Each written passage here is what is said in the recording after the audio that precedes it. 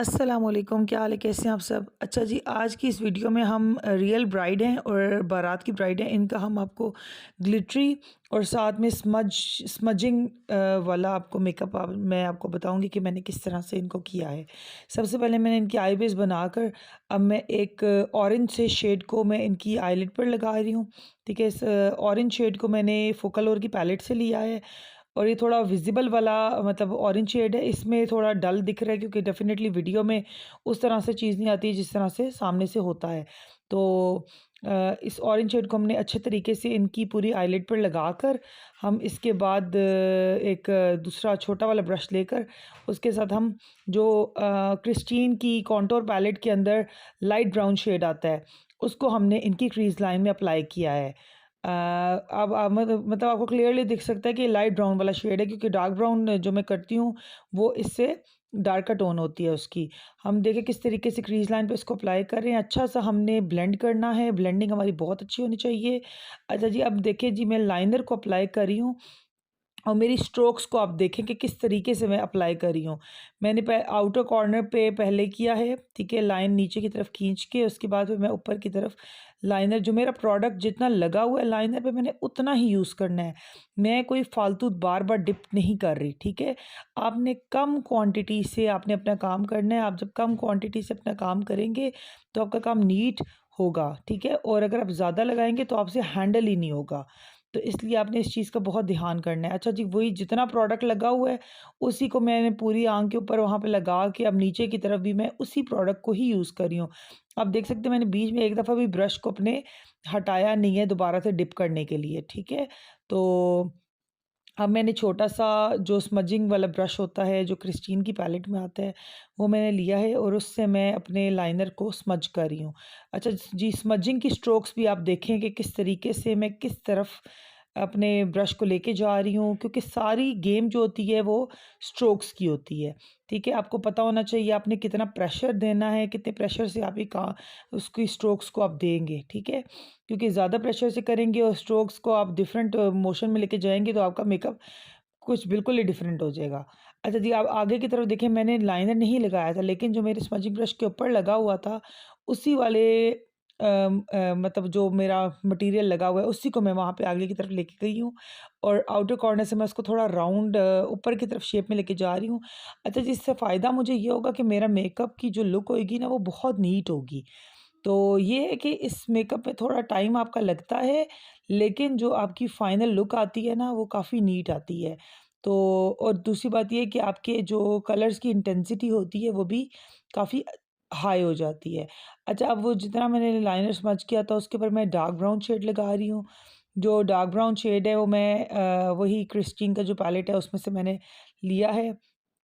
Christine का contour palette, ठीक है।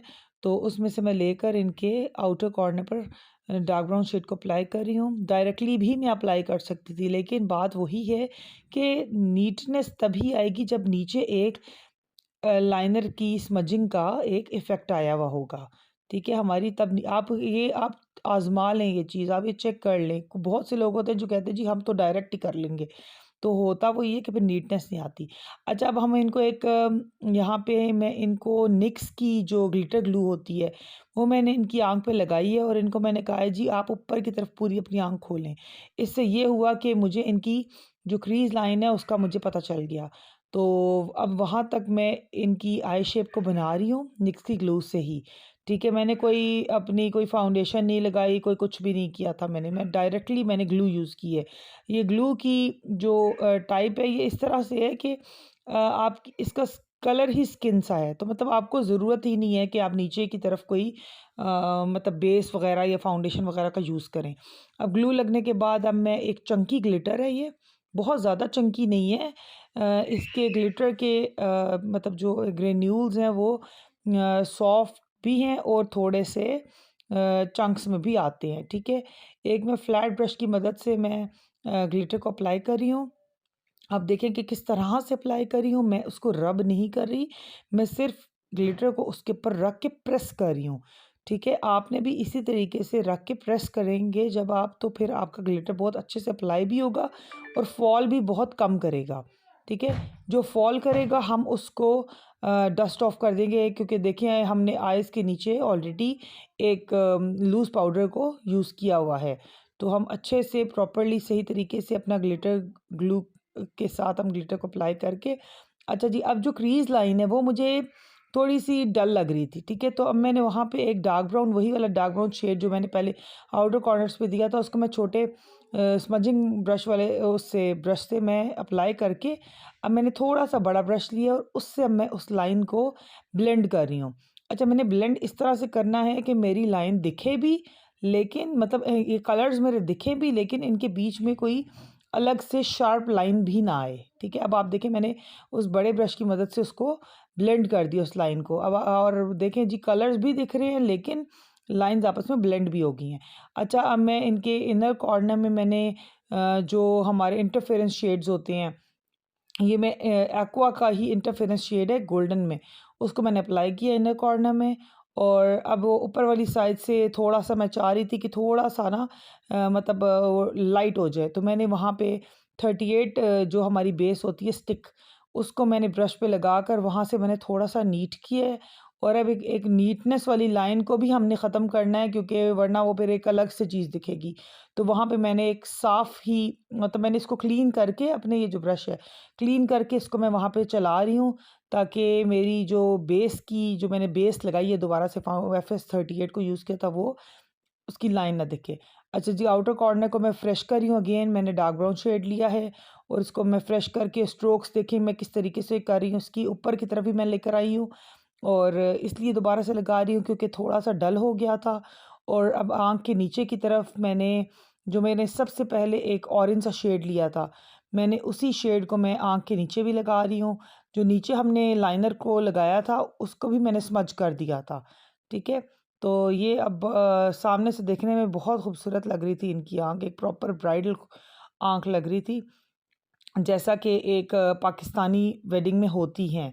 तो हम आउटर कॉर्नर को हम दोबारा से इन्हांस थोड़ा-सा कर रहे हैं। और मैंने वो उसी जो मेरा स्मजिंग ब्रश है उसके ऊपर मैंने थोड़ा-सा डार्क शेड लेकर मैं उनके आउटर कॉर्नर को मज़ीद थोड़ा-सा डार्क कर रही हूँ। ताकि मेरी आई जो है वो एक मतलब पता चले जी हमारी ब्राइडल आई है। और इसके बाद अब इनकी मैं जो आईब्रो है उसके नीचे मैंने शिमर शेड लगाया है। ये भी वही इंटरफेरेंस शेड ही है जो मैंने इनर कॉर्नर पे यूज़ किया था। ये एक्वा का इंटरफेरेंस शेड है। अच्छा जी, इसको लगाकर, ये मैंने क्योंकि बाद में लगाया है, इसको लगाकर मुझे ब्लेंडिंग करना दोबारा से पड़ेगी, ठीक है? मैंने दोबारा से ब्रश उठाया है और अब आप देखें मैं जो हमने सबसे पहले सॉकेट लाइन में जो लगाया था कलर, उसको मैं ब्लेंड किया है मैंने वहाँ से। अच्छा जी, अब मैंने डस्ट ऑफ करके सारा एक्सेस पाउडर, अब मैं इनकी लैश लगा रही हूँ। लैश में मैंने लैश ग्लू यूज़ की थी क्रिस्टीन की। और तरीकाकार ये है कि आपने पहले लगा कर ग्लू उसको थोड़ी देर ड्राई करना है, ठीक है? डायरेक्टली अब आप अप्लाई करेंगे तो वो आपकी आँख से उखड़ेगी। आपने अच्छे तरीके से इनर कॉर्नर और आउटर कॉर्नर से सही तरीके से प्रेस करना है, तभी आपकी आई पे जो लैश है वो सही तरीके से लगेगी। आप एक दफ़ा कस्टमर की आँख खुलवा कर भी देखें कि कहीं ऊपर ना लग जाए, बहुत ऊपर ना लग जाए, क्योंकि अगर आप बहुत ऊपर लग गई तो आँख के अपनी लैश और दूसरी लैश में गैप आ जाएगा। अच्छा जी, आँख के अंदर अब हमने आइवरी लगाई है और अब मैं इनका मस्कारा कर रही हूँ। मस्कारा मैं बॉब का यूज़ कर रही हूँ। और ये देखें जी, इसी तरीके से आपने भी मस्कारा लगाना है, मतलब अपने जो आपका थंब है उसको रख के अपनी आँख खुलवा के और आपने मस्कारा करना है अपने क्लाइंट का। इससे ये होगा कि अपनी लैश जो नेचुरल लैश है वो और फेक लैश आपस में जुड़ जाएगी। अच्छा जी, लोअर लैश पे भी अब हम मस्कारा कर रहे हैं। और इसको मस्कारे को ये बस देख लेना है आपने कि आपके जितनी जो लैशेज़ हैं वो आपस में, उनके लैश के बाल चिपके नहीं आपस में, ठीक है? अगेन मैंने तो वही ब्राउन शेड में दोबारा से अप्लाई कर रही हूँ ताकि एक फ़ाइनल लुक निकल आए। और अब इनका बस फाइनली मैं इनका आईलाइनर कर रही हूँ। आईलाइनर मैं इनका विंग करूँगी। अब विंग भी देखिए मैं किस तरीके से इनका बना रही हूँ। थोड़ा-सा मैंने लैश से बाहर निकाला है मैंने अपनी लाइन को, और उसको फिर मैं ऊपर की तरफ मैंने एक्सटेंड कर दिया है। आँख खुलवा के मैंने देखा है जी कि इनका लाइनर नज़र आ रहा है या नहीं आ रहा।